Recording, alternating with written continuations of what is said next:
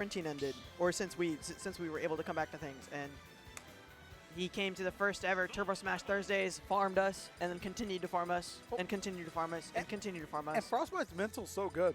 Like, I've seen Frostbyte literally have a bad game and lose winners round 2, and then literally make a loser's run all the way to grands and win the tournament. Like, mental is just so strong there for Frostbyte. Like, Tyler is just, yeah, he's definitely going to be in it. Hi, Steven. What's up? I think we're good to go. I think we're just waiting for I've watched okay. Anathema play a lot too. This R.O.B is not one to ever sleep on. This is a top 50 player in the world, PGR level player. Anathema, probably the tallest task that Frostbyte has had to go for the entire time. And Frostbyte is a great player. Do not get me wrong at all. Frostbyte is a fantastic player, but this is literally like peak of R.O.B. These are the players you want to beat. These are the players that you want to beat if you want to break that upper echelon, that top level, can be considered that top level instead of just high level. And R.O.B is probably a bit Roy favored, but R.O.B is one of those characters that can just blow you up no matter what. At 30%, you get side beat off stage and you're just dead. And Anathema has so many solid wins on Goblin, on, oh my god, the laser just destroys. All started with him reading the side B mix up to the up air. Just literally put him off stage, laser, so good, so good. Anathema with wins on players like Mars, on players like Mutace. I think on Mutace. I'm not sure about that one actually. Anathema was going for some cheese there. Almost got it. Almost got the down air. He does go for, oh my goodness, that is the scariest place to be in between R.O.B down tilt and gyro.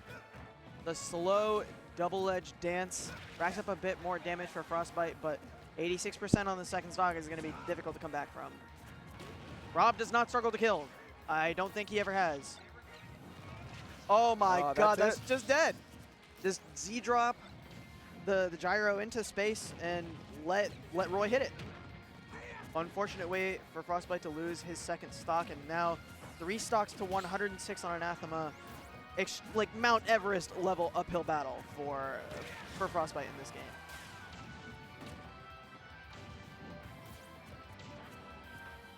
The Jair gonna need to come out.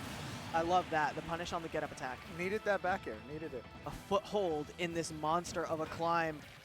We all know how explosive R.O.B can be. Like how explosive Roy can be. The 3-letter R names. Just yeah, they are. They're just literally I was like, one Roy, letter. Wait, R.O.B? Roy, what? A 1-letter difference makes them. I think that's what Frostbyte's looking for, is that side B at the ledge, because that will kill unbelievably early. I think a solid, like, sweet spot side B here is just death on this R.O.B. At the ledge, specifically.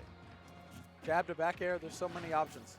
Anathema fast on the grab, and this is a scary situation. Able to do the jump air dodge grab on the gyro, but doesn't lead to anything more, and this is going to be a read. Forward throw and the laser. Jump. Ledge trap there. Perfect. Textbook from Anathema. Yeah, literally. Put the gyro up there to try to catch the jump. As soon as the jump was caught, there's nothing that Tyler can do there. Anathema not phased by the aggression of Roy. Frostbyte is definitely one of those players that likes to get into your face, get those strings, get those conversions, get those solid, chunky Roy hits, but Anathema says, I played Goblin. I know. It's all good. You don't scare me. And right into game 2, another Frostbyte, another run it backer. I wonder how Frostbyte's going to respond to gyro. I lied. He's not a run it backer. Yeah. Hollow Bastion. Anathema's using gyro so well to just really like get all the setups. So I wonder how Tyler's going to respond to that.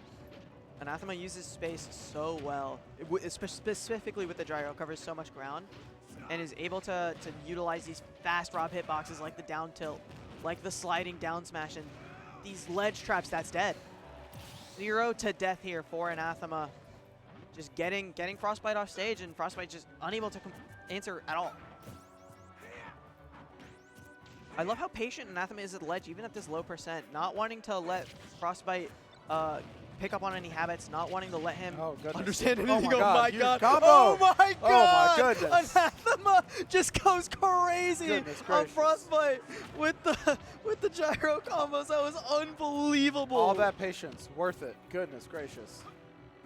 Oh my god. I need a second from that. Give me a minute. 24% on the first stock for Anathema. This is a dominant game 2, even more so than game 1. And game 1 was pretty not close. It's so hard for Frostbyte to even find a way in right now. Picks up the gyro, gets a little bit of a low percent grab, but that's all he's gotten for the entire game. A JR going to connect, but in the middle of the stage is only going to send Anathema back to the ledge. Good read on the air dodge. Finally a stock able to be taken for Frostbyte, but I don't even think we could say finally. I mean, the 0 to death combo was just insane. Like, it took less than 10 seconds for that stock to just kind of go away. Yeah. There's still 5.5 minutes left in the match. Oh. And the up smash out of shield just destroys Frostbyte. JV3, I don't remember which number it is. Almost. There was no damage on the second stock. Crazy. Or it was JV2, I think it was. That was unbelievably dominant from Anathema. I wonder... That combo was insane. That was so sick. If we had the slow motion replay here, that would 100% be on the I wish I had right shouted now. out my Twitter because that might go viral. Goodness gracious. Like, I don't even know what Anathema did. It was just like nair to gyro to falling, drag down up air to nair to gyro to fair to side B. I don't know. It was just so many hitboxes out at once. It was literally like for a moment he hacked the game and just kind of broke the frame data and just did whatever he wanted. He was playing turbo mode for a second. It was crazy. We're going back to Hollow Bastion. I think this is one of Frostbyte's favorite stages. It seems like it would be, considering... It's a very good stage for Roy. It is. So I was very surprised to see it turn out the way it did last time. But talk me through it. What makes this such a good stage for Roy? well, so Roy's up air is a very good combo chain, and he can cancel on that platform and land on it. So whether he's doing up air, back air, fair, anything, he can land on that platform to extend combos. And when you have a big platform that you can just drop down, Roy drops through platforms very fast, and that leads to back air, falling up airs, which are safe, etc. So just a lot of easy stuff. And then if you up B at a shield, you have a platform that you can fall through or land on to mix up your opponent. Just lots of options to make it very difficult to predict where you're going to be and what you're going to do. This is the first lead we've seen for Frostbyte this set. And it's funny, when you think about it, Anathema has been playing the corner on this stage. Anathema staying as far away from that middle platform as possible. It may almost be better for Frostbyte to just literally say, get back to stage, fight me from the center. Anathema understanding what you just said about Roy being able to utilize that platform, but the JR finally a stock lead for Frostbyte in this 5-game set, or hopefully 5-game set. Yeah. Frostbyte's definitely a top player. I think that Frostbyte can definitely bring this back. Just needs to not get in his head and play this strong. I mean, like you said earlier, very good mental from Frostbyte. Even after that ridiculous Game 2 performance that we saw, Frostbyte playing calmly, sticking to his game plan, not letting Anathema get in his head at all. And this lead in Game 3 is what we want to see out of a player like Frostbyte.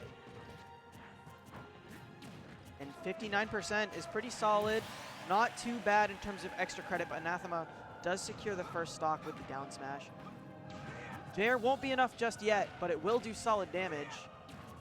Got the weird back hit on the jab, so no connection on the back air. But Anathema, this is where he shines, getting these low percent combos and converting into really early stocks. But Frostbyte not having any of it, taking a bit more stage control. That's the first really aggressive ledge option that we've seen from Anathema all series, and I like that mix-up. That was really smart. That was very nice pause, very nice. So wait from Frostbyte allows him to take that stock, and 63% on Frostbyte's second stock. This is a pretty solid lead for North Carolina's / MDVA's Roy main of the century. Oh my God, the sweet spot down air doesn't connect. That was a little scary. But I think Frostbyte would have been holding it anyway. So. Oh, yeah. Frostbyte's definitely just saying straight up, put me on the board. And there's that platform extension that you were talking about. I like the charge forward smash. Good attempt. Oh, and yeah. There he goes very deep for it. There he goes. Frostbyte. Whew. Frostbyte with the comeback really just said, we're putting me on the board. We're going to Game 4 here. He said, I'm not getting 3-0'd. I'm not getting 3-stocked. That was a solid, dominant Game 2, I would even say. A 2-stock for Frostbyte on Hollow Bastion, on his counter pick. Finally, it works out for him.